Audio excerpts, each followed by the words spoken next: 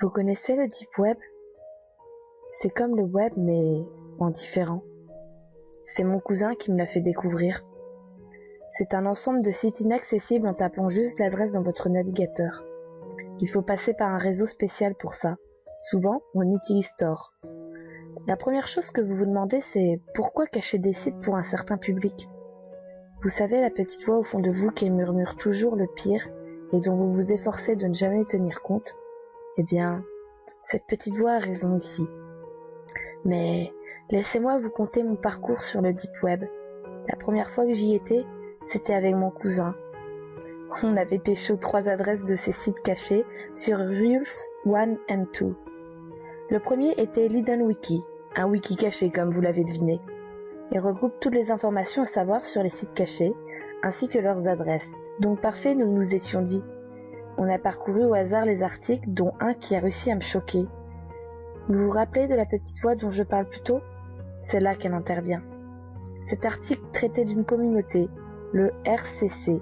Non, ne le cherchez pas, ils le sauront. Comment ne pas violer votre âme en tentant de décrire cela? La seule règle est d'être actif et de ne pas critiquer les autres membres pour être trop extrême. Vous vous souvenez de ce vieux prof de sport un peu pédophile sur les bords? Imaginez qu'il ait en plus un penchant pour les animaux et les couteaux. Vous voyez là où je veux en venir?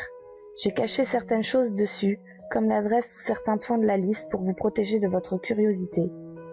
L'adresse de leur réseau était à disposition. Nous hésitions réellement à cliquer. D'un côté, nous voulions voir les limites d'Internet et nous avions passé auparavant 2 heures à installer des logiciels de sécurité. De l'autre, nous avions peur de ces limites.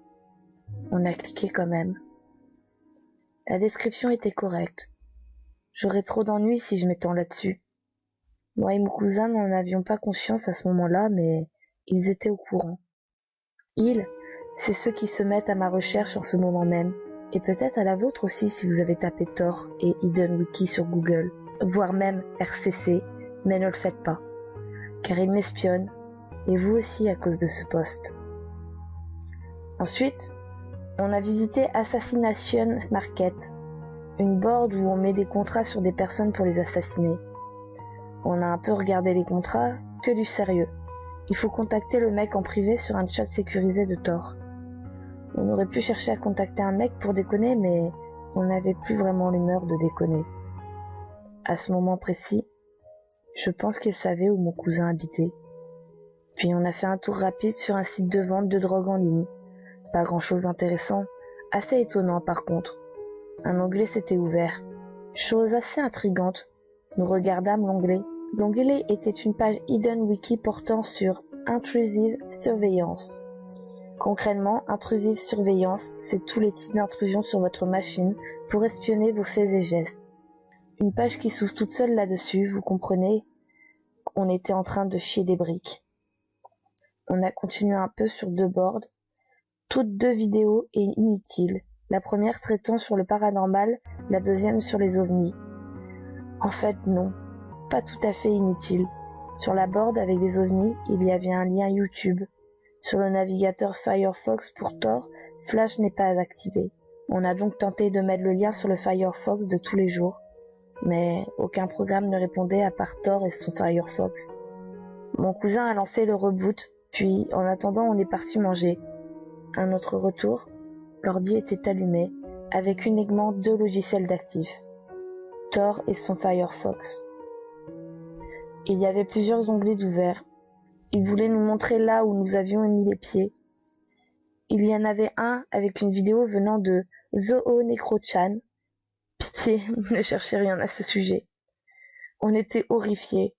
On a regardé le début, puis j'ai remarqué que le type parlait en français. Mon cousin a lui remarqué que ce chien n'est pas n'importe qui. Je voulais juste ne pas y croire. J'étais convaincue que là, il faisait une sale blague. Il m'a dit de rester là, pendant qu'il cherchait son chien. Bon, il en avait pour 5 minutes, et je voulais pas avoir ces bruitages en tête. Je sortis mon iPod et me mis une chanson pour se patienter. Il revint lentement, la mine pâle. Voyant son air, je fermai l'onglet avant qu'il me rejoigne. Il ne dit rien d'autre que « continuons ». Il ne restait que 4 onglets. Nous cliquâmes sur l'un d'eux.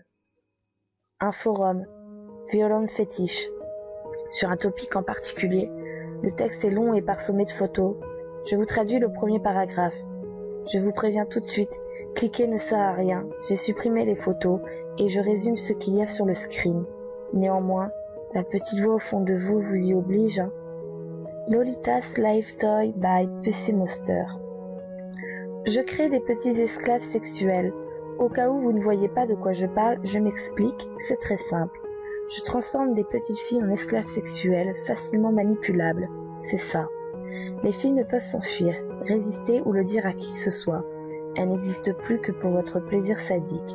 Curieux maintenant? C'est au mot près. Ce qu'il a écrit, ces mots me glacèrent d'effroi. Les autres paragraphes? Il plante le décor puis indique comment il procède. Votre curiosité malsaine et votre goût pour l'effroi veut savoir comment? J'ai vraiment lu ce passage en diagonale, j'étais viscéralement dégoûté. Concrètement, il coupe les bras et les jambes, toujours en dessous des articulations. Ensuite, il passe 2 paragraphes à décrire une aventure. Puis il dit les vendre ou s'en débarrasser quand... Non, je vais vomir. Il termine en proposant d'en vendre aux visiteurs du forum avec des photos. Et si je vous ai montré un screen de l'Hidden Wiki, ne comptez pas sur moi pour vous donner un screen de petite fille de 10 ans enceinte avec les membres à moitié coupés. Allez, encore 3 onglets à regarder. Un site d'articles sans nom. Il décrit l'assassinat de personnes s'ayant aventuré sans permission. Mon cousin dit « Hey, c'est juste une blague d'hacker, au pire, j'ai juste à formater après, mais ils ne peuvent pas savoir où j'habite. » Nous avons ri d'un rire forcé, nerveux et gênant. Cet article sans intérêt, nous le fermâmes assez vite. Un autre traitait de sécurité et d'anonymat informatique. Concrètement, ils expliquaient comment ils ont pu faire ça et ce qui suit. Là, mon cousin était nerveux. Visiblement, il avait respecté plusieurs procédures de sécurité, mais pas toutes. Le climat d'inquiétude revint. Le dernier onglet était un site de chat, Onion Talk. Les personnes ont attendu qu'on vienne sur l'onglet pour commencer à parler. Leur premier mot? Nous savons que vous êtes français, que vous vivez... Je ne préfère pas le dire, bien qu'ils doivent être en route à ce moment. Mon cousin éteint son PC à ce moment-là. Nous tentâmes d'aller dormir. Ni moi, ni lui n'avons fermé l'œil de la nuit. Le lendemain, je partis chez moi. Mon cousin était injoignable sur MSN ou sur portable. 2 jours plus tard, ma mère reçut un appel de ma grand-mère. La maison de ma tante a explosé. La cause est indéterminée et serait due à une fuite de gaz. Je sais que c'est d'origine criminelle. Je ne peux pas le dire, car personne ne me croirait et ne pourrait me protéger. Je me sens si coupable.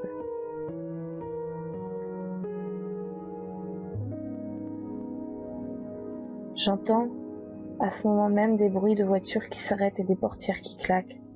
Un son aigu et faible. Je crois qu'il tente de crocheter la serrure. Chers internautes, heureux d'avoir été l'un des vôtres, mais si ma mort peut servir à quelque chose, voici mon conseil.